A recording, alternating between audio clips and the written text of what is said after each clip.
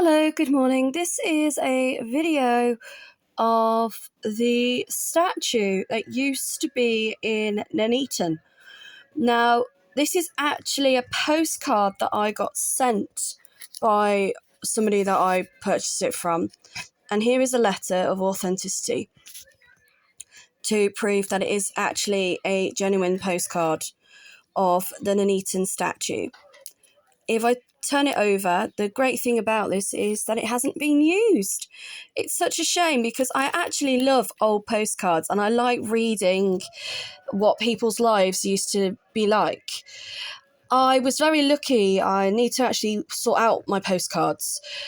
But I ended up finding some postcards that were between family members and between friends and loved ones. And it is amazing because you can actually put them in chronological order. I know that sounds a bit geeky. And by doing so, you actually do get a feel as if you were there at the time when they were actually writing those letters to one another. Now, the story behind this statue is, believe it's based on the First World War. So it's to commemorate the First World War.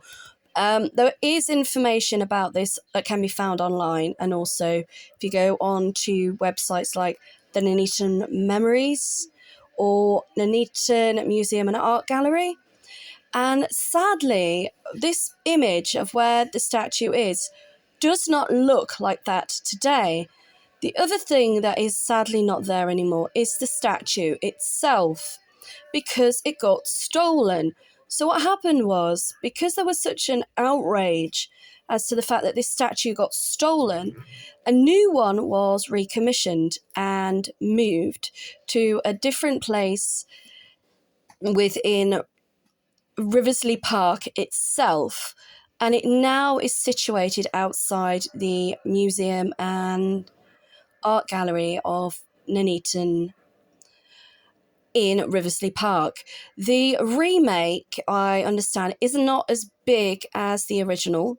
Obviously, to remake something like this was very costly and expensive. And it's also made from a different type of metal.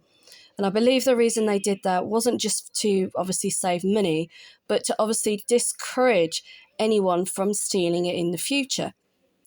So today, the remake of this statue can still be seen within Nuneaton. So if you are interested in British history, I would definitely recommend visiting Nuneaton and visiting Riversley Park. If you do walk around Riversley Park, there are a number of war memorials that have been put up now and in memory of people that have served within the armed forces. Another one that we're quite famous for within Nuneaton is the Gurkha Memorial statue, monument, whatever you want to call it, that has been put again in Riversley Park.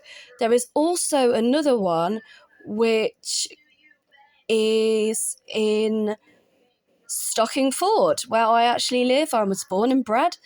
And if you ever want to see that one, I would suggest taking a walk through Whittleford Park first. Parking to view this to visit any of these is quite restricted, unfortunately. But the one that's near Whittleford Park, so if you Google Whittleford Park, is actually, again, it's only just been replaced over, I think, the last two, maybe 3 years. And again, this statue with the plaque in memory of people that have fallen is in Stockingford, in an area of Stockingford actually called Whittleford. It's not too far away from a place called Trafford Drive. So you will definitely be able to find information about that online, again, if you are interested in British heritage and also local heritage for Nuneaton and Bedworth Town Centre. Now, there are a number of different war memorial places that you can visit within the United Kingdom. The ones I am aware of, obviously, within the heart of the United Kingdom are things like the Royal National Arboretum. If you were to go to Bletchley, again, I believe that's where the Enigma machine that was invented by Alan Turing is situated. And not too far away from Nuneaton, there is a place called Jefferson Gardens, which I believe is in Leamington Spa. And again, it is such a fantastic place to view.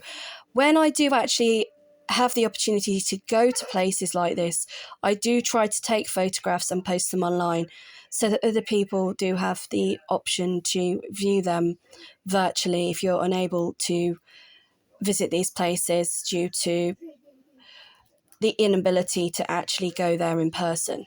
So if you do have any questions or queries with regards to this postcard and the actual statue itself, please don't hesitate to contact me. I'll be more than happy to try and answer your questions. If I'm unable to do so, then I will definitely try to put you in contact with somebody that may know a little bit more with regards to the local historical heritage within Nuneaton and Bedworth. Thank you.